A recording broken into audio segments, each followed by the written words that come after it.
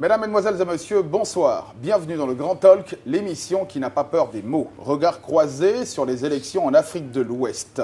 Les semaines à venir seront décisives pour la sous-région. Face aux hésitations de l'opposition ivoirienne, à la recherche de la nouvelle date du scrutin présidentiel au Burkina Faso, les Guinéens, quant à eux, éliront ce dimanche leur futur président. Des élections sous haute tension dont les résultats sont attendus avec beaucoup d'incertitudes. Bien malin celui qui jouera au jeu des prédictions. Sans prétendre pratiquer la magie, le Grand Talk sort ce soir sa boule de cristal pour tenter de comprendre les enjeux de ces différentes élections. Et avec moi, justement, pour décrypter tout ça, Monsieur Pograwa Moumouni, coordonnateur du N23, le plus grand mouvement de la société civile de la diaspora burkinabé. C'est ainsi que vous vous présentez. Monsieur Pograwa Moumouni, bonsoir. Bonsoir. Vous êtes un habitué de notre plateau, bien sinon ce n'est que la deuxième fois que vous venez. On a ensemble décrypté la crise burkinabé au lendemain de la chute du capitaine Blaise Compaoré. En face de vous, Monsieur Diallo Mamadou Mouktar, secrétaire à la communication et à l'information du bureau fédéral de l'UFDG, l'Union des forces démocratiques de la Guinée, et directeur national de campagne du candidat Cellou Dalein Diallo, candidat à la présidentielle en Guinée pour ce dimanche en Guinée. Bonsoir, bienvenue. Bonsoir, monsieur. Merci en tout cas d'avoir accepté notre invitation. À côté de monsieur Pograwa Moumouni, monsieur Linga Boukari, qui est le vice-président de la jeunesse de la Nouvelle Alliance du Faso, le NAFA, la NAFA, devrais-je dire, de Côte d'Ivoire. Bonsoir, bienvenue. Monsieur, bonsoir. Voilà. Nous allons essayer de tenter de comprendre, les derniers événements au Burkina Faso. Mais avant, monsieur Diallo Mamadou Mouktar, quel regard portez-vous évidemment sur la crise au Burkina Faso, le Burkina qui avait amorcé justement un processus démocratique, le coup d'État avorté finalement de M. Gilbert Diendéré. Comment vous avez analysé en tant que communicateur déjà? Bon, ce serait prétentieux de vouloir donner des leçons aux gens, mais je pense que les Burkinabés sont assez mûrs et assez grands pour traiter leurs problèmes. Sans vouloir forcément donner des leçons, oui. Mais en tant que démocrate, comment vous avez vécu justement l'arrivée de Diendéré comme un cheveu sur la soupe? Bon, par principe, en tant que démocrate, tous les coups d'État sont condamnés. Donc nous condamnons le coup d'État. Au Burkina, je pense que les Burkinabés doivent se retrouver pour essayer de trouver des solutions à leurs problèmes. Dans l'élément qui va suivre, retour sur les événements au Burkina Faso. Le 31 octobre 2014, à la suite d'une insurrection populaire, Blaise Compaoré est chassé du pouvoir après 27 ans à la tête du pays. 2 semaines plus tard, une charte signée par l'armée et les civils met en place une transition présidée par le diplomate Michel Kafando. La volonté d'un retour à la normale incline les nouvelles autorités à fixer la présidentielle au 11 octobre 2015. Malheureusement, la transition n'aura pas la vie paisible. Le chamboulement naît dès la promulgation le 15 avril dernier d'une loi excluant les partisans du président déchu des futures joutes électorales. Par ailleurs, la décision de dissoudre le régiment de sécurité présidentielle n'est pas sans conséquence. Le 17 septembre 2015, le général Gilbert Diendéré, l'ex-patron de ce régiment, renverse la transition et se proclame chef de l'État. Le peuple, les forces armées loyalistes et la pression de la communauté internationale réinstalle Michel Kafando et son équipe le 23 septembre. Le général putschiste et l'ex-ministre Djibril Bassolé, sur qui pèsent de lourds soupçons, sont arrêtés et écroués. Ils sont inculpés pour 11 chefs d'accusation, dont l'attentat à la sûreté de l'État et la haute trahison. Retour justement sur notre plateau après cet élément concernant le Burkina Faso. J'ai oublié de dire dans l'introduction, quand je présentais évidemment mon plateau, que la chaise vide à côté de vous aurait dû être occupée par Monsieur Kamara Djouma, qui est le premier responsable en Côte d'Ivoire. Dioman Kamara. Dioman Kamara, Oui. donc, qui est le responsable en Côte d'Ivoire du RPG, Rassemblement du peuple guinéen en Côte d'Ivoire, qui a poliment décliné notre invitation. Mais c'est une habitude au RPG. Alpha Condé a refusé un débat entre les deux tours en 2010 avec le président Sellou. Donc si le représentant du RPG refuse de venir débattre, c'est dans la tradition du RPG. Ils ont peur de débat. On va tenter de comprendre aussi les enjeux des élections en Guinée, revenir justement sur 2010 et tenter de comprendre tout ça. Alors, Moumouni et Monsieur Lenga Boukari, vous tous les deux, vous êtes les Burkinabés de la diaspora vivant en Côte d'Ivoire. Comment vous avez vécu les événements au Burkina ? Alors, permettez-moi avant tout propos de m'incliner devant la mémoire de nos compatriotes qui sont tombés lors de cette tentative de prise de pouvoir par la force, par les armes, par un groupuscule de terroristes. Il faut dire que c'est vraiment malheureux ce qui s'est passé dans notre pays. C'est avec un cas métrique que nous avons tous suivi, n'est-ce pas, cette tentative de coup d'État. Mais je vais aller plus loin. Ce n'est pas moi qui ai utilisé le mot, c'est l'Union africaine, c'est les Nations Unies qui ont dit que c'est un groupuscule de terroristes qui ont pris en otage tout un peuple. Donc pour nous, ce n'est rien d'autre que du terrorisme et que ceux qui ont soutenu ou qui ont perpétré ces événements-là doivent être traités comme tels. Donc c'est vraiment meurtri dans ma chair que j'ai appris et j'ai suivi ces événements pendant que nous étions en train de sortir tranquillement de la transition, pendant que le Burkina Faso avait amorcé, n'est-ce pas, cet élan sur le chemin de la démocratie pour sortir notre pays de 27 ans de dictature. Voilà qu'un coup d'arrêt a été porté à cette transition démocratique qui était en train tranquillement d'organiser les élections. Donc c'est vraiment dommage et j'espère que la justice va se mettre en branle pour que les uns et les autres puissent répondre de leurs actes. Monsieur Lenga Boukari. Oui. L'analyse que j'ai faite est que ce qui est arrivé à mon pays m'afflige, comme mon président l'a dit. C'est-à-dire, il faut travailler pour ne pas arriver à ces résultats. Les résultats d'aujourd'hui que nous connaissons, Moumouni l'a dit tout à l'heure, il y a eu des morts. Nous aurions pu éviter cela. Mais la transition, pour moi, a causé un certain nombre d'incohérences qui ont appelé à ce que le peuple burkinabé se retrouve dans cette situation. Et je déplore cela. Alors, vous parlez d'incohérence. Alors, on va essayer justement avec vous de tenter de comprendre quelles sont ces incohérences. Les incohérences, je prends d'abord le cas de la charte que les Burkinabés, les partis politiques, les leaders coutumiers, les religieux, la société civile, non, mais pas seulement la société civile, il faut qu'on parle aussi évidemment des forces vives de la nation qui ont rédigé et signé.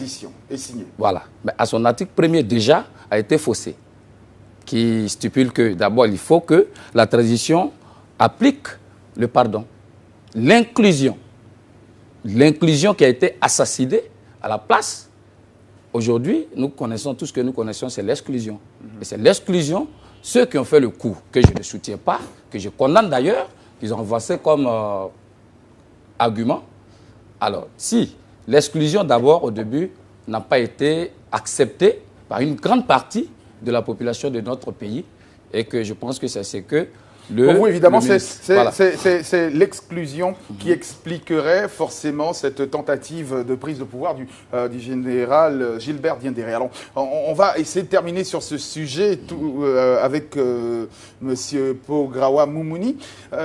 Comment vous expliquez que les résultats, évidemment, des candidats retenus ont été prononcés, avec évidemment l'exclusion des candidats du CDP qui n'ont pas réagi quand les résultats ont été prononcés, et que le général ait expliqué son coup d'État par le fait qu'il y ait cette exclusion du CDP.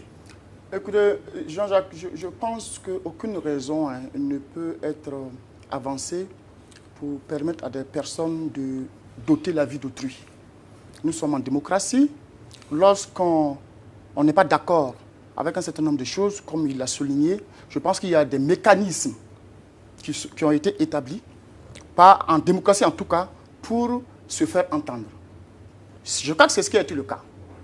lorsque le Conseil constitutionnel a émis son avis et a décidé de recaler certains candidats, je répète bien, certains candidats, parce qu'aucun parti politique n'a été recalé. C'est juste quelques individus en conformité avec la décision de la Cour de justice de la CEDEAO, qui a bien reconnu le droit au Burkina Faso de recaler certains individus qui, à un certain moment donné, ont soutenu tout acte allant à trupaturer notre Constitution. C'est ce qui a été fait. Juste quelques individus ont été recalés à cause pour avoir soutenu le projet de modification de l'article 37. Un point, un trait. Donc, aucun parti politique n'a été recalé, n'a été exclu. Donc, le mot exclusion n'existe pas au Burkina Faso. On n'a exclu personne. Deuxièmement, je suis surpris d'entendre le camarade ici, représentant de la NAFA, dont le président, le général, aujourd'hui, qui est en détention. C'est suite aux enquêtes préliminaires. Il se trouve que le gouvernement, n'est-ce pas, en tout cas la justice, s'est rendu compte qu'à un moment donné, il y a eu des éléments probants qui prouvent qu'il a soutenu et qu'il a été de mèche avec les putschistes et les terroristes. Donc, tout simplement, le droit a été dit, on l'a interpellé et l'enquête suit son cours. Donc, imaginez-vous, pour faire un coup d'État... Mais pour l'instant, il est en oui, détention. il est présumé, M. Jalac, ce coup d'État a été perpétré par quand même plus de personnes. Ils sont quand même des centaines de personnes. On a encore, aujourd'hui... Il n'avait rien à voir avec le CDP. Il n'a fait que donner son avis sur une crise... C'est ce que je vous dis.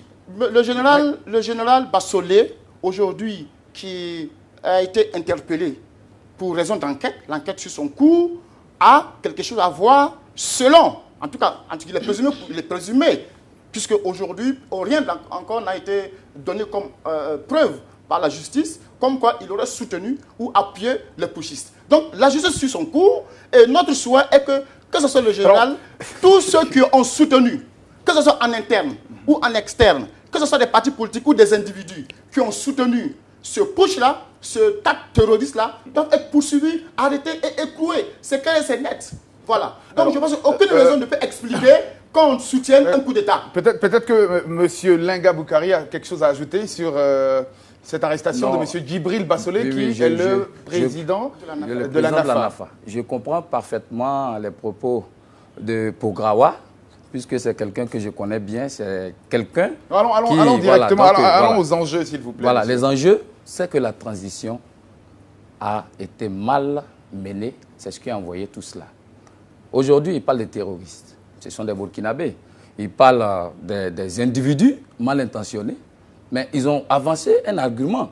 Et cet argument, nous ne reconnaissons pas en réalité dedans, dans le coup d'État, mais en tout cas, les principes qu'ils ont avancés, et là, ils ont arrêté le monsieur en disant que non, que le monsieur n'a pas soutenu ouvertement le coup d'État. Mais j'ai vu ma candidature, il n'a pas condamné. J'ai été rejeté comme candidat à l'élection. Il est là. En fait, nous, on cherche à comprendre, et les téléspectateurs, et je suppose aussi les Burkinabés, à la fois de la diaspora que les Burkinabés du Burkina, oui. Pourquoi, selon vous, monsieur le vice-président de la jeunesse de la NAFA, oui. Monsieur Djibril Bassolé, a été arrêté? Selon moi, l'arrestation de Djibril Bassolé est due de son rang. C'est quelqu'un qui fait peur. Il fait peur pourquoi exactement? C'est un militaire? C'est un... Non, c'est pas un militaire, en fait, c'est un homme. C'est un dictateur? Pas un dictateur. Il fait peur à qui, en fait? Durant 30 ans, Djibril Bassolé a travaillé pour notre pays. Comme beaucoup d'autres. Comme beaucoup d'autres. Mais le rôle qu'il a joué, c'est de ça que je vais vous parler. Parlez-nous du rôle qu'il a joué. Voilà, le rôle que Djibril Bassolé a assumé à la tête de notre pays. Il a été d'abord le médiateur de tous les conflits en Afrique ici. Présentement, il est le responsable de l'organisation de la coopération islamique pour le Sahel. Et c'est un homme qui a un calendrier chargé. C'est un homme qui connaît la gestion réelle du Burkina Faso. Quand vous parlez de calendrier, vous vouliez dire plutôt carnet d'adresse chargé. Carnet d'adresse, voilà. Ok, on a bien compris. Voilà. Pour vous, donc, c'est tous ces éléments-là qui ont fait qu'on l'a arrêté. Alors, ok, on va essayer de partir un peu plus loin. Mais revenir à M. Diallo Mamadou, puisque dans la deuxième partie de cette émission, on parlera énormément de la Guinée. Pour vous, est-ce que l'exclusion peut être cet élément déclencheur de cette crise au Burkina, notamment cette tentative de coup d'État avorté? Encore une fois, je ne voudrais pas me mêler des affaires du Burkina. Mais en tant qu'Africain, et compte tenu de l'expérience que nous avons de certains pays, surtout dans lesquels nous vivons, je pense que l'exclusion conduit toujours à des frustrations. Et ces frustrations peuvent entraîner des réactions plus ou moins violentes. Il faut les éviter. C'est pourquoi j'ai dit tantôt, je demande que les Burkinabés se retrouvent, ça c'est qu'ils discutent ensemble, qu'ils trouvent le bon chemin, parce qu'on a tellement de problèmes de développement en Afrique qu'il ne faut pas s'attarder sur des histoires de coups d'État, des histoires d'exclusion. On ferait mieux d'avoir des programmes de développement que de se déchirer en exclusion et qui conduit parfois à des crises très violentes. On en a connu. Donc vraiment, je demande aux Burkinabés humblement de se ressaisir, de se retrouver en frères et puis de tracer les sillons du développement du Burkina. Alors, Monsieur Lenga Boukari, alors on va revenir à vous. Notamment, il a été inculpé pour 15 chefs d'État dont atteinte à la sûreté. 15 chefs d'accusation, excusez-moi pour le peu, dont l'atteinte à la sûreté de l'État. C'est aussi grave que ça quand même, hein, pour un monsieur comme Djibril Bassolé. Pourquoi il n'a pas, selon vous, soutenu... avec l'ennemi extérieur. Écoutez. L'ennemi extérieur, c'est qui? Qui est l'ennemi extérieur? Ils ont mobilisé pour venir aider, n'est-ce pas, leur sombre dessein. Je pense que j'avais suivi un peu le communiqué de la justice. Il est clairement établi que les putschistes avaient à un moment donné contacté des Touaregs et certaines armées de certains pays limitrophes du Burkina Faso pour venir les aider dans leur sombre action. Donc c'est pour cela que Djibril Bassolé a été interpellé. Je pense que je suis d'accord avec lui sur un point. Effectivement, il fait peur. Il fait peur parce qu'un Burkinabé, on peut comprendre qu'un Burkinabé, quelqu'un qui a occupé de hautes fonctions, comme il a dit tout à l'heure, on ne peut pas comprendre qu'une telle personnalité puisse tomber aussi bas pour penser à un moment donné envoyer tout son peuple aux portes du terrorisme. Parce que c'est le gouvernement a clairement... Attendez, M. Djibril Bassolé n'a fait que se prononcer, comme beaucoup d'autres candidats. Je vous dis que les autorités judiciaires ont des éléments qui démontrent effectivement que M. Djibril Bassolé, avec le groupe, les instigateurs, les inspirateurs et les comploteurs, sont rentrés en contact avec des djihadistes et certaines personnes, en tout cas dans d'autres pays, pour venir les aider, les soutenir. C'est parce que ça n'a pas marché au regard de la mobilisation populaire. Monsieur Lenga, est-ce que M. Djibril sont mobilisés de par le monde, de par le monde. Parce que dans toute la diaspora, nous avons lancé un mot d'ordre. Partout dans le monde, il se trouve un Burkinabé, nous sommes mobilisés en même temps qu'au niveau du Burkina pour dire non. Et c'est pourquoi ça a fonctionné. Si vous avez remarqué à un moment donné, même la CEDEAO avait voulu jouer un peu à la compromission, mais le peuple a dit non. Finalement, la voix du peuple a été entendue. Donc, c'est clair et c'est net. Aujourd'hui, la justice a été mise en marche. Les uns et les autres vont répondre. Dieu merci que nous avons... le général Djendjere lui-même a dit qu'il allait se mettre à la disposition de la justice. Nous espérons qu'il va effectivement dénoncer tous ceux qui l'ont soutenu de près ou de loin, en interne ou en externe, pour que toutes ces personnes puissent répondre devant la justice. C'est ce que nous voulons. Il ne faut pas que nos martyrs soient morts pour rien. Et le peuple va veiller à cela. Alors, on va terminer justement cette première partie avec M. Lenga Boukari. Vous croyez justement aux preuves présentées, ou du moins aux éléments de preuves présentés par la justice burkinabé contre M. Djibril Bassolé. Bon, voilà ce qu'il vient de dire tout à l'heure. Il a dit qu'ils sont complotés avec l'extérieur pour venir les aider. Mais lorsque Djibril a été arrêté, ou bien avant d'être arrêté, les frontières étaient fermées. Mais est-ce qu'ils ont trouvé un seul djihadiste ou un seul terroriste au Burkina Faso venir aider le Djibril Bassolé? Non. Je viens de le dire tout à l'heure, c'est un monsieur qui fait peur. Et il a parlé des morts inutiles. Les morts dont on parle. Moi, je peux affirmer aujourd'hui que j'ai les informations qu'un jeune qui n'a pas voulu participer à leur marche macabre qui a été tué. En gros, pour vous, si Djibril Bassolé s'était présenté aux élections, ou était candidat pour les élections au Burkina, à coup sûr, je vous laisse pas terminer, à coup sûr, le président. Écoutez. Tout à l'heure, il a dit que les frontières étaient fermées. Mais par qui? Par Gilbert Diendéré, qui en ce moment était chef de la junte, qui avait fermé les frontières. Donc il maîtrisait les flux entre les frontières. Mais donc, pour écoutez, Djibril Bassolé a-t-il été arrêté, mis aux arrêts, parce qu'il avait plus de chances d'être président de la République du Burkina?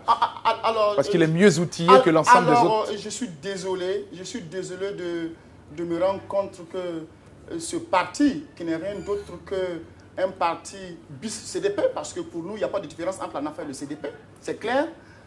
C'est vraiment être vraiment très prétentieux de dire qu'aujourd'hui, que c'est parce que Djibril Bassolé avait plus de chances d'être élu qu'on l'a écarté ou qu'on l'accuse aujourd'hui. C'est vraiment, vraiment écœurant d'entendre ces genres de choses.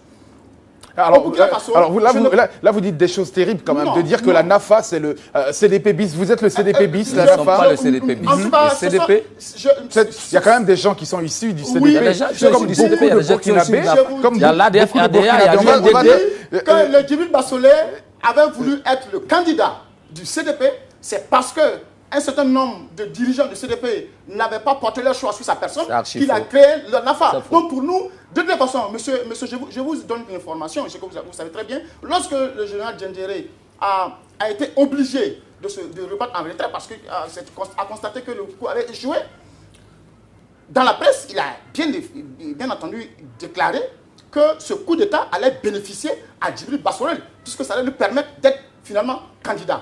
Lui et le CDP. Okay. Donc pour nous, alors, on va terminer ce sujet très rapidement parce que ça l'a pas remarqué. Pour nous, le CDP, que ce soit le CDP, que ce soit la NAFA et tous les autres partis qui ont contribué, qui ont poussé, qui ont mal conseillé Djibril Diendéré et qui l'ont poussé à poser cet acte-là, pour nous, ces partis politiques doivent être dissous et les responsables doivent être arrêtés et doivent répondre devant la justice. Ça, c'est clair. Alors, on termine avec vous justement sur le sujet. Peut-être vous avez un mot à dire. Ce que je vais dire, c'est que je comprends parfaitement ce monsieur. Parce que c'est... Mais pourquoi vous passez tout votre temps à le comprendre sur le plateau? Non, en fait, c'est le reflet de la transition qui est là. C'est le reflet de la transition mal menée qui est ici. Donc, ils ne peuvent pas cautionner ce qui est le droit, ce qui est normal. Est-ce qu'on devra s'attendre à un prochain coup de soulèvement populaire ou un prochain coup d'État encore, puisqu'il y a encore des frustrés, c'est ça? Non, je ne dirais pas qu'il y a encore des frustrés. La majorité est frustrée en ce moment. Mais la majorité silencieuse. Je suis désolé, monsieur S'il te plaît, la majorité. C'est le peuple qui a fait échouer ce coup d'État. Une partie du peuple. C'est une partie du peuple qui a fait échouer. Écoutez-moi, monsieur Jean-Jacques. Surtout la jeunesse. C'est le peuple.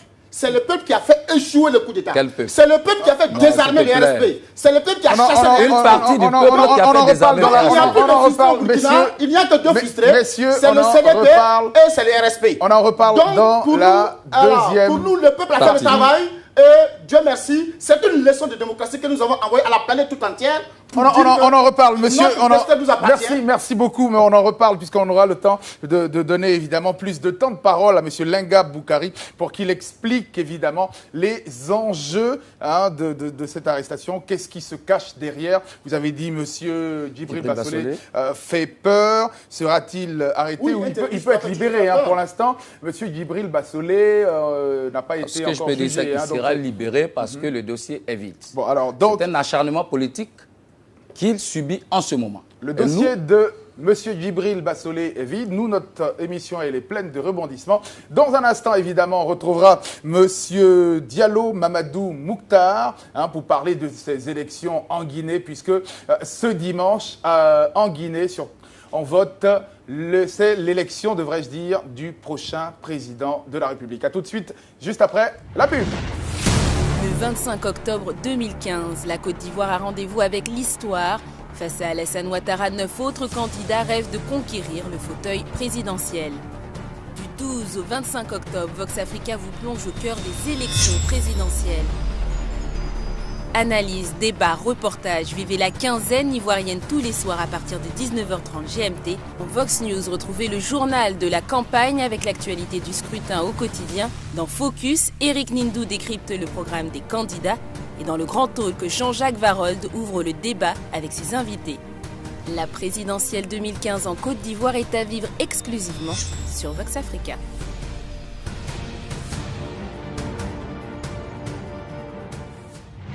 Retour dans la deuxième et dernière partie du Grand Talk, et il faut le savoir quand même, c'est le dernier Grand Talk avant les Grand Talk spécial élections en Côte d'Ivoire. Alors, nous sommes avec monsieur Diallo Mamadou Mouktar, qui lui est le secrétaire à la communication et à l'information du Bureau fédéral de l'Union des forces démocratiques de Guinée. Et vous êtes en même temps le directeur national de campagne de monsieur Cellou Dalein Diallo. On parlera dans un instant de la Guinée. Et puis, M. Moumouni Pograwa, je rappelle, coordonnateur du N23, le plus grand mouvement de la société civile de la diaspora burkinabé. Et puis, M. Lenga Boukari, vice-président de la jeunesse de la NAFA, la nouvelle alliance du Faso en Côte d'Ivoire. Avant de poursuivre, regardons tout de suite cet élément sur la Guinée pour comprendre les enjeux de ces élections-là. La campagne électorale bat son plein en Guinée. Le pays élira ce dimanche son futur président. Depuis 2 semaines, 8 candidats sont à la page des voix des électeurs. Parmi ses compétiteurs, 3 grands favoris, le président sortant Alpha Condé du Rassemblement du peuple guinéen, Cellou Dalein Diallo de l'Union des forces démocratiques de Guinée et Sidia Touré de l'Union des forces républicaines. Toutefois, la situation reste préoccupante dans ce pays où jeudi dernier, des heurts entre militants UFDG et RPG ont fait un mort et près de 20 blessés. L'opposition n'aura finalement pas obtenu le report d'1 semaine du vote, malgré ses réclamations. La CNI, la Commission électorale nationale indépendante, a maintenu la date du 11 octobre. Qui sera proclamé vainqueur? Les jours à venir nous le diront. Retour sur notre plateau où nous avons délibérément enlevé la chaise de M. Camara Djouma du RPG, qui aurait dû être là pour vous donner le ton, mais qui n'a pas pu être là. Il n'a pas pu être là, il a refusé. C'est dans la tradition du RPG de fuir les débats. Je signale qu'en 2010, M. Alpha Condé a refusé un débat entre lui et son challenger Cellou Dalein Diallo. Alors si le RPG ne vient pas à ce plateau, c'est pour respecter la tradition de fuite des débats. Alors, il y a 3 favoris. Il y a 3 favoris pour ces élections. Monsieur Cellou Dalein Diallo que vous représentez. Donc, je suppose que pour vous, c'est le super favori. Évidemment, c'est... C'est de bonne guerre. C'est de bonne guerre, autant le dire. Monsieur Alpha Condé et monsieur Sidia Touré, c'est ça. Oui. Voilà. Alors, pour vous, comment vous expliquez la débâcle de monsieur Cellou Dalein Diallo en 2010 ? Comment on est passé de ce fameux 44% avec un 18% pour M. Alpha Condé et basculer justement pour M. Alpha Condé qui est finalement devenu président? Alors, débâcle, il n'y a pas eu de débâcle. Nous avons surtout privilégié la paix. Parce qu'au premier tour déjà, nous avions gagné 53%. Il a fallu qu'on annule toute la commune de Ratoma qui fait 400 000 électeurs pour qu'il y ait un deuxième tour, premièrement. Deuxièmement, entre 2 tours, c'est le seul pays au monde où on a fait 4 mois. Parce que la transition était du côté de Alpha Condé. L'administration civile et militaire roulait pour que Alpha Condé soit au pouvoir. Tous les jours, c'est un problème concret. Et mieux que ça, entre les 2 tours, tous les militants supposés de l'UFDG ont été chassés dans toutes les zones qui sont censées être les fiefs du RPG d'Alpha Condé. Au point qu'entre les 2 tours, nous n'avions aucun représentant dans toute la Haute-Guinée, qui est le fief d'Alpha Condé. Et on se retrouve avec des scores soviétiques.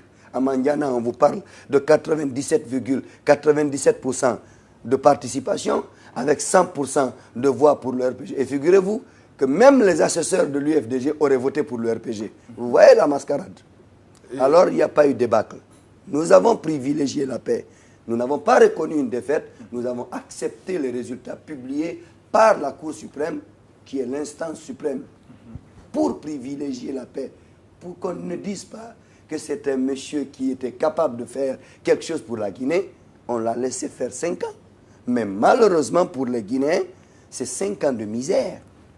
5 ans de graves violations de droits de l'homme. Nous avons 60 de nos militants qui ont été tués à bout portant par les forces de l'ordre juste pour réclamer des élections communales, des élections législatives. Dans un pays normal, chaque 5 ans, on organise des législatives. Mais entre 2010 et 2013, alors que la Constitution disait que 6 mois après l'élection présidentielle, le pouvoir devait organiser des élections. On a fait 3 ans, 60 mois. Pourquoi? Et à la suite de ces résultats, nous avons compris pourquoi Alpha Condé et le RPG avaient peur d'organiser ces législatives. Alors, parce qu'avec tout l'argent qu'ils ont alors aujourd'hui, évidemment, l'eau a coulé sous les ponts. Oui.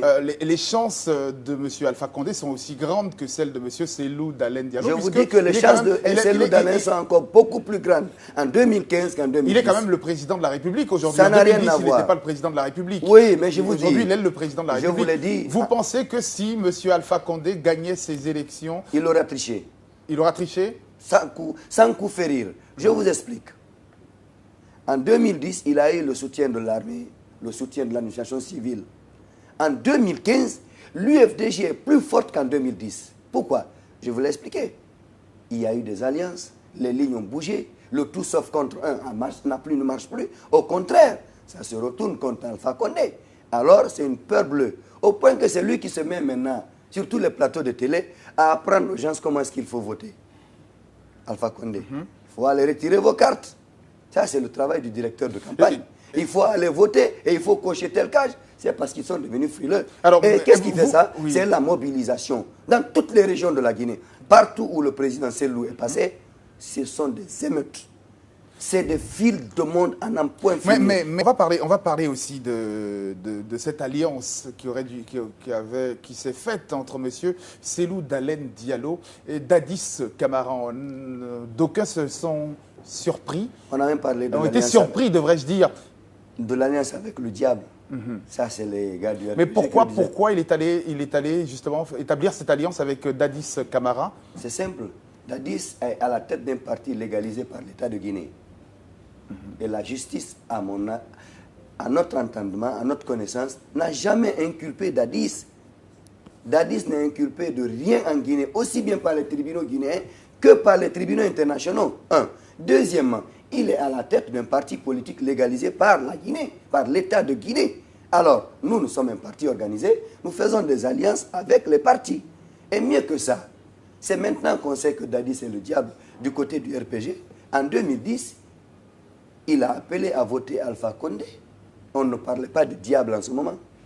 En 2013, pendant les législatives, il a appelé à voter Alpha Condé. En ce moment, on ne parlait pas de diable. Alors nous, à l'UFDG, nous sommes sereins. Et d'autant plus que le président Dadis, le capitaine Dadis, a dit vouloir se mettre à la disposition de la justice. Pourquoi on l'empêche de rentrer? Pourquoi on l'empêche de rentrer? On va rapidement terminer sur ce sujet. Oui. Est-ce que si vous venez au pouvoir, le président Dadis sera réhabilité?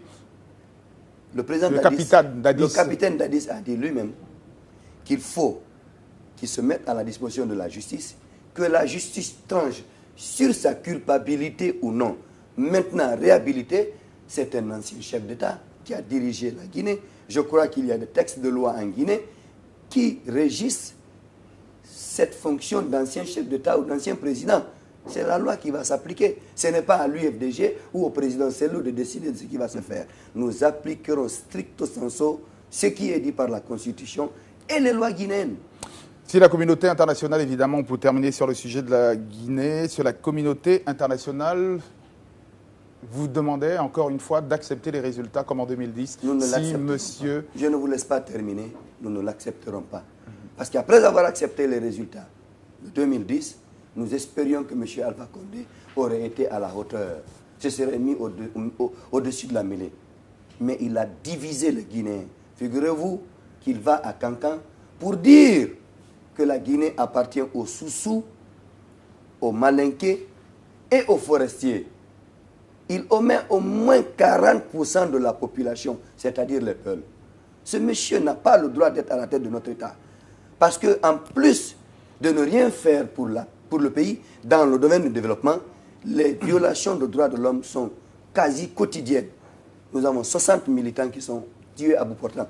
Dans la région forestière, les crimes de Womé, de Zogota, de Galapay, où on rentre en pleine nuit dans des villages, égorge les chefs de village. Oui, mais bon, ça, c'est des crimes d'État. Pour l'instant, alors je termine. Vous ne pouvez pas incriminer le président de la République. Attention, quand c'est l'armée qui va commettre ces crimes, la responsabilité première incombe au chef de l'État.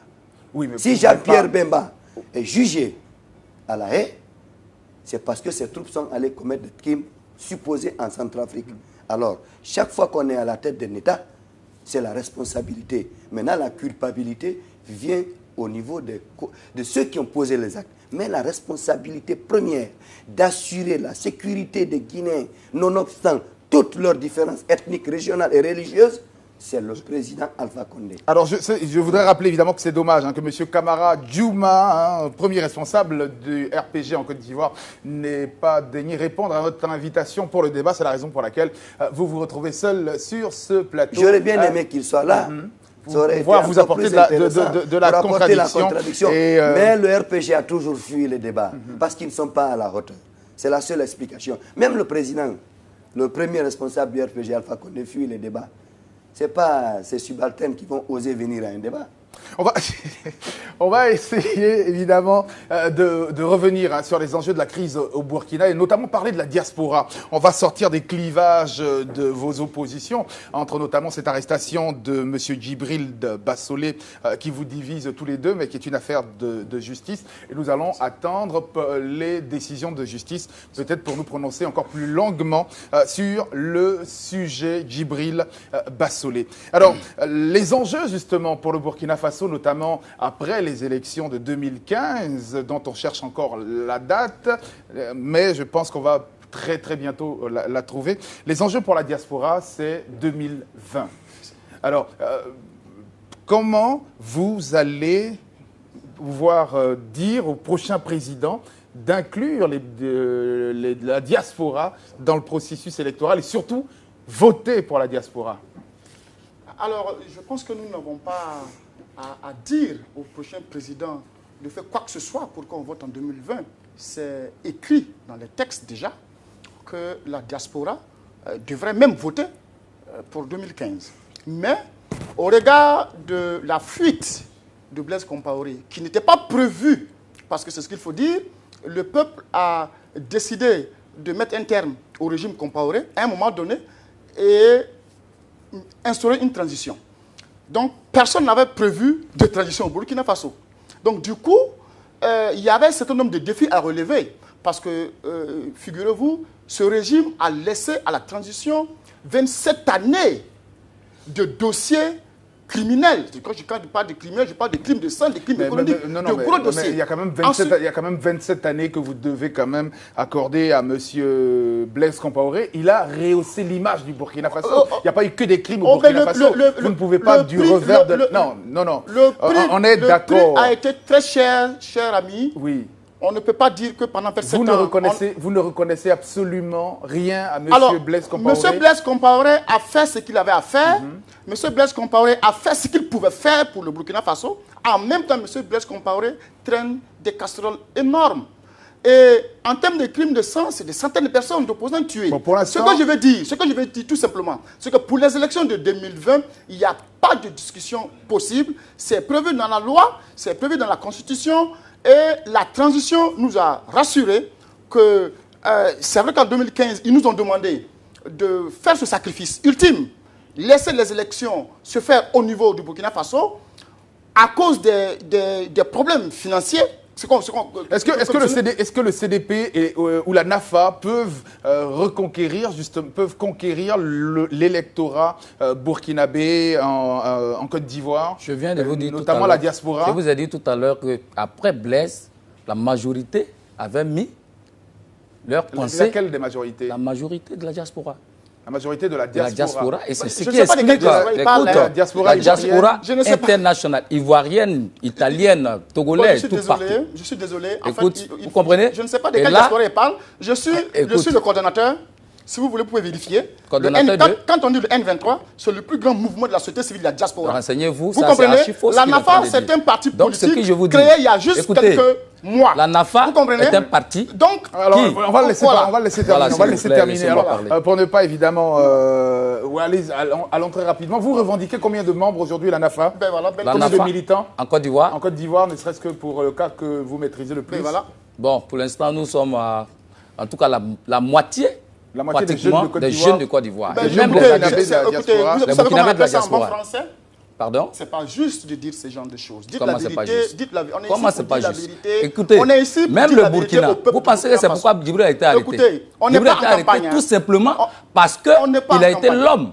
Bon, qui est capable pour l'instant, vous n'avez pas de chiffres exacts. Il n'y a pas de chiffres exacts.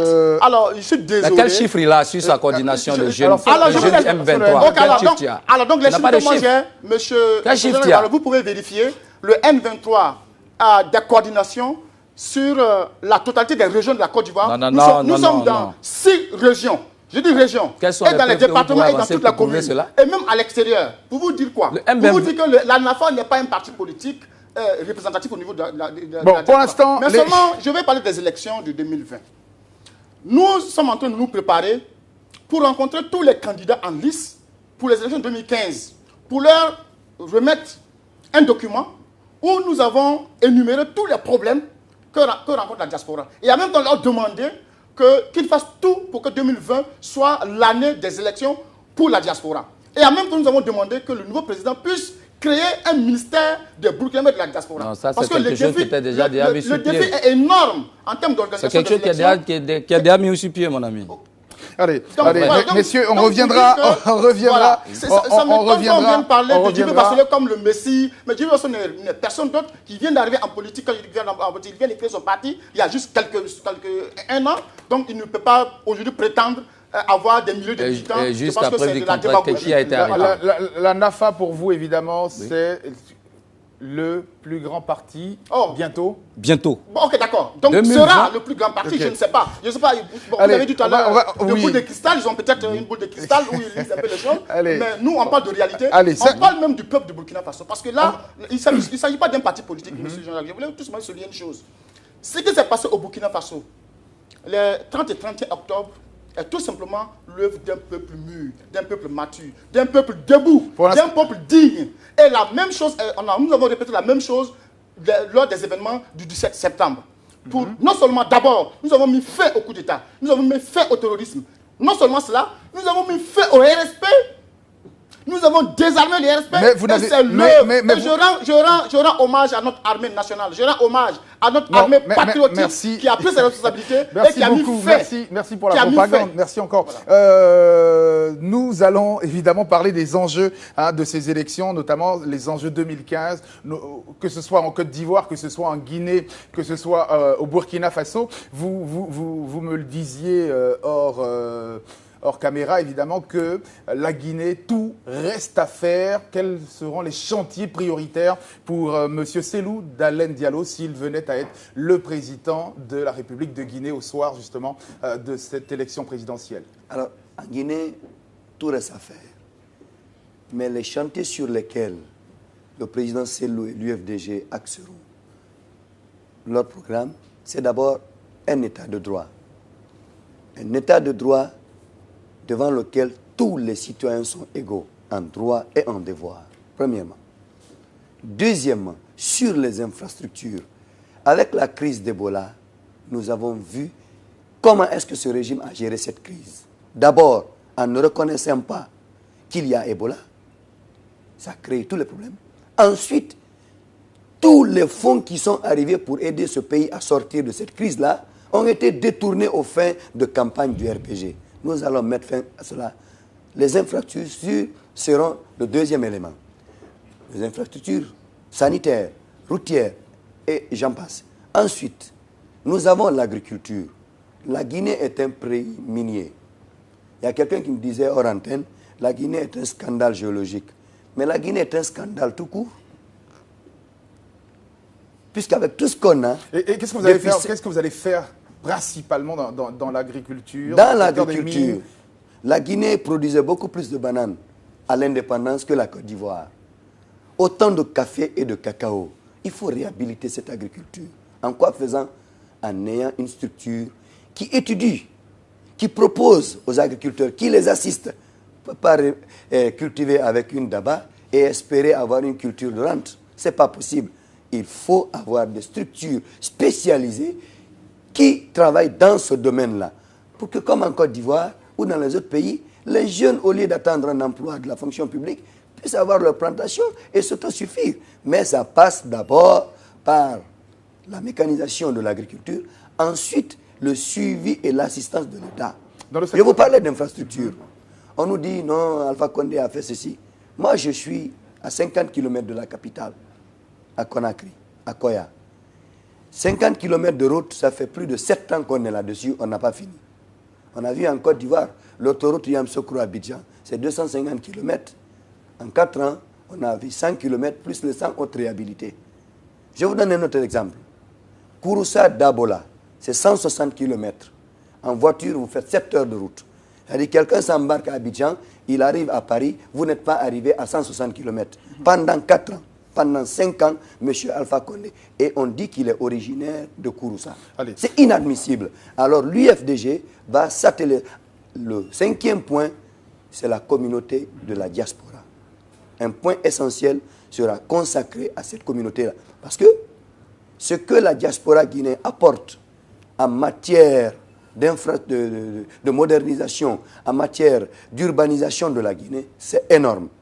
Si l'État peut organiser cette diaspora-là, je pense que sans trop de démagogie, on se serait même passé de l'aide de FMI et de la Banque mondiale, connaissant le dynamisme de la diaspora guinéenne partout à travers le monde.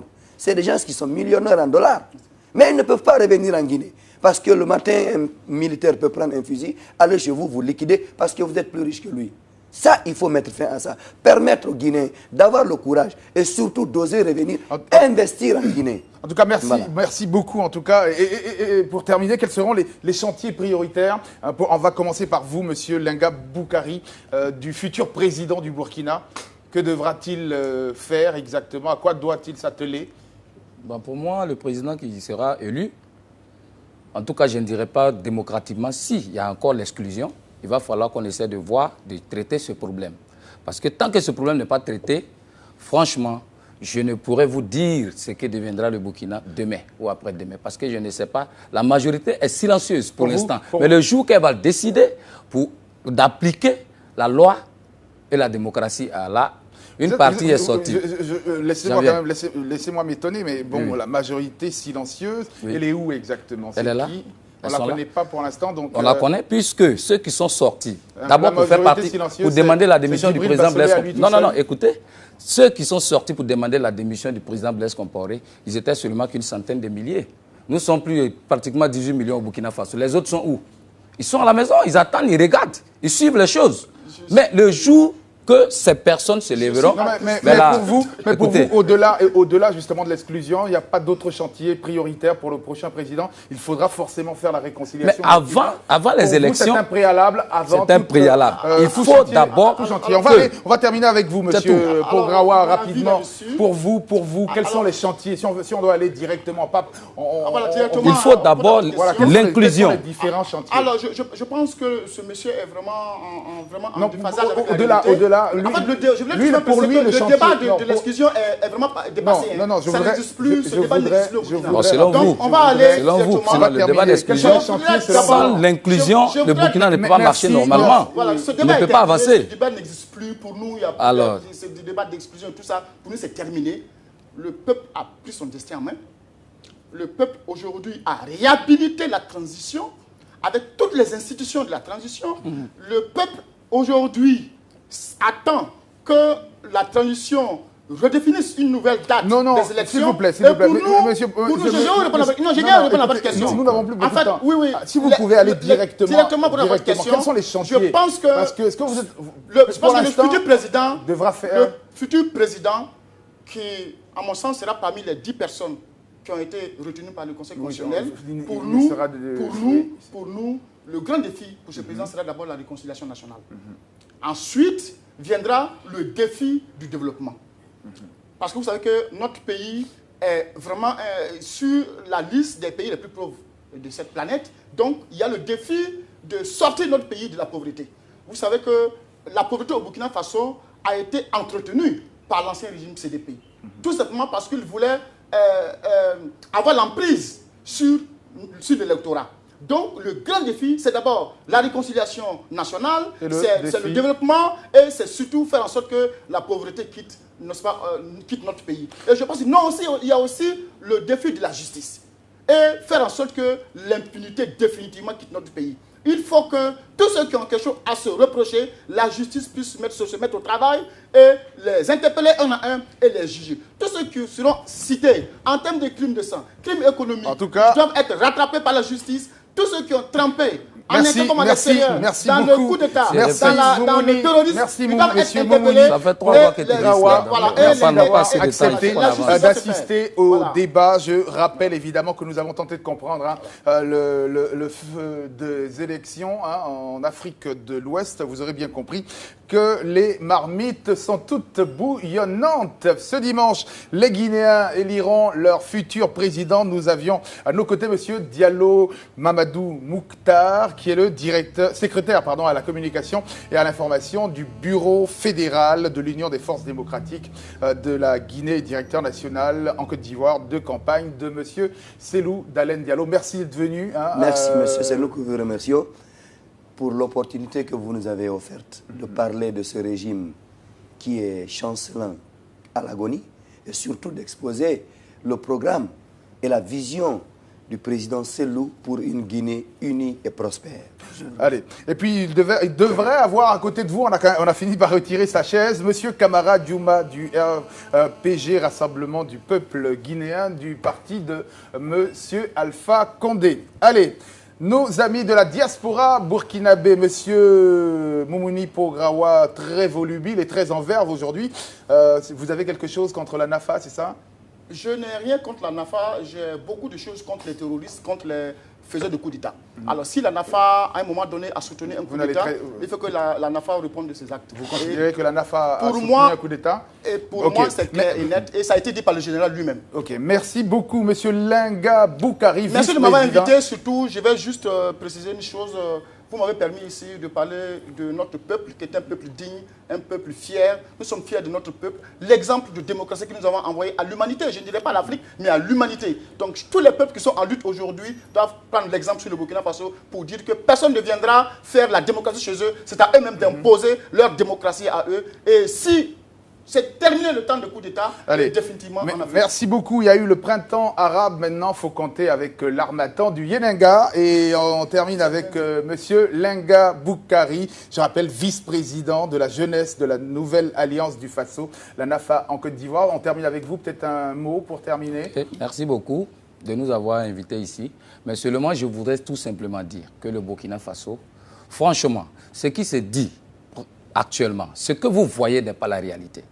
La réalité est tout autre. La transition fait tout pour placer quelqu'un à la tête du pays. Et comme les partisans ou bien la NAFA qui fait peur, ils ont tout fait pour essayer de recaler ces personnes. Mais le Burkina Faso est un pays de droit, un pays vraiment que les enfants doivent quand même profiter de leur existence. Non, je n'ai pas encore fini. Mais nous demandons à la transition de revenir à la raison et de faire une politique d'inclusion pour que le prochain président soit réellement légitime. Vous êtes sur la planète Mars, on dirait, mon ami. Voilà. Donc, pour vous, évidemment, la politique d'inclusion et on espère les défis de la réconciliation nationale au Burkina Faso, les défis du développement, les défis de la justice sont les chantiers qui attendent le prochain président burkinabé autant que le prochain président de la Guinée. Merci à tous d'être restés en notre compagnie et n'oubliez pas la spéciale consacrée à la Côte d'Ivoire du 12 au 25 octobre 2015, tous les soirs sur Vox Africa. On se retrouve bientôt pour un autre numéro du Grand Talk, l'émission qui n'a pas peur des mots.